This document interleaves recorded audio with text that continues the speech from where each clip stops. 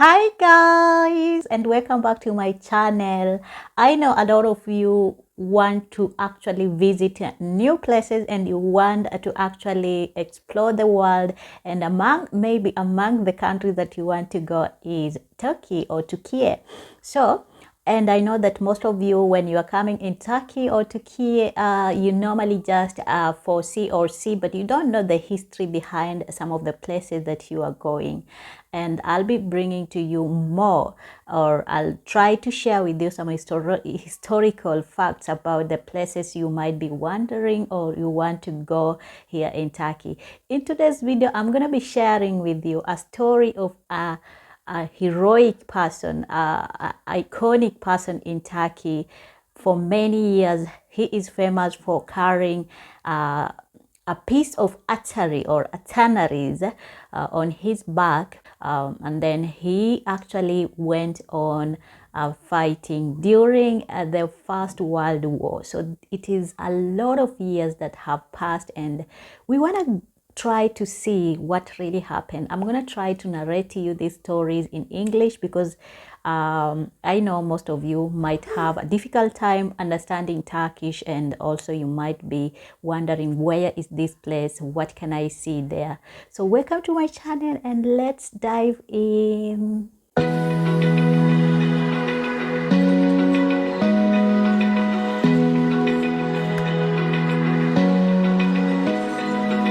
Open eye, feel the waves cut through me. So I'm gonna try to make this story as short as possible. So this man, his name is Seyit, or formerly he is known in Turkey as Corporal Seyit. Corporal Seyit is or was one of the people who fought in the First World War. His statue is in a town called Canakkale. Canakkale town is in Turkey, and it is, I think, around 400 to 500 kilometers from Istanbul. And if you are trying to take a bus or a train, it won't take you too much of the time, but it is a distance. So this man, actually, it is allegedly said that when there was the First World War, they were trying to protect the forts, or the forts between Turkish and the British people. During those times, they were fighting, and he is among the soldiers who actually fought in this world war. Okay, so let's dive into the history of this man so that you can actually understand. So his name is actually Seyit, formerly known as Corporal Seyit in Turkey, and also he has another name which is Cabuk or Cabuk. Cabuk in Turkey is fast, something fast. So maybe it might be he was given this name because of his fast attitude or fast strength to actually run fast and also do things faster. We don't know. We're gonna be seeing that story later. And he is his statue, remember, like I said, his statue is in Canakkale town. It is used in many ways. People here come here to actually view the site and also do commemorations in respect to the soldiers who actually died during fighting for the forts or the strait during the First World War. So Seyit Cabuk, or Corporal Seyit, was born in 1889 in the village of Havran and died in 1939. He was a First World War gunner in Ottoman army. His extraordinary strength made him famous for having carried heavy shells, allegedly almost 215 kilograms, on his back to an artillery piece during the Allied attempt to seize the Dardanelles Strait in 1915. So let's actually dive in for me to narrate to you everything. Like, how can a man actually carry all of these things on his back? And it is allegedly, it is not one, they were three, or he has been doing this several times. So the one that made the victory was actually the one that we see almost 215 kilograms on his back. And that's why you see when you visit in Canakkale, you will find a statue of a man with the bald hair and has something on his back, like a shell on his back, heavily trying to carry it by himself. So this one, the one that we are talking about, or the one that is on his statue, could be the one that is around 215 kilograms. Those are a lot of kilograms, and that's just extraordinary strength for a man to actually carry something as heavy as that.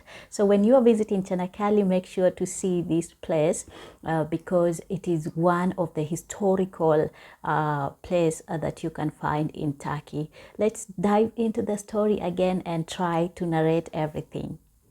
Corporal Seyit was born in 1839, like I have said, and then he enrolled in the army in April 1909. He was later transferred to the forts defending the Mediterranean entrance to the Dardanelles Strait after servicing the Balkan War in 1912 and to 1913. On March 18th, 1915, a heavy fighting and shooting continued between Turkish soldiers and the allied British people. And then it was here that we see actually Seyit performing the extraordinary thing. Like, he was with other soldiers. He was not only the one who was fighting. Obviously, when you are fighting, you cannot fight a lot of people just alone. He was with other people, but he was a gunner. Like, he was gunning people, shooting people. So the place where he was actually defending, we are seeing it is called the Dardanelles Strait. Okay, so that is where his gun, the one that is shooting, was there. So allegedly, the third gun that Seyit was using was hit by shell fire at the height of the battle, damaging the outloading gear. It was here where he used his strength to carry 215 kilogram shells up to the gun, enabling it to continue firing on the attackers. You can imagine the kind of strength this man had. What could have happened to him, like, after that? I'm just wondering if this is a true story. It is a true story because it has been narrated, and also it has been honored in several ways. Rumelia Mecidiye Fort, where Seyit was defending, was located on a hill close to Kilit Bahir village opposite Canakkale town. It is believed one of the shells strongly hit the British ship, leading it to sink. However, in some reports, it is believed that the ship was sunk by a mine laid by the mine layer Nusrut.